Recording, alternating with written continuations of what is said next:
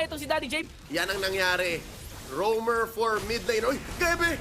Pumasok, nag-Spear of Alpha, Heist, nakapag-summon for Sanford. Talaga namang sinusukop lahat ng damage. Pero look at the position of Sanji. Yuktisi at any given moment, pwedeng pumasok with the ultimate. Ayan na nga, pumasok si Yuktisi, tinamaan lahat ng Purify.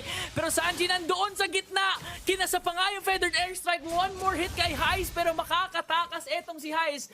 Carl TC, binaburst down kaagad yung potential Last Lord.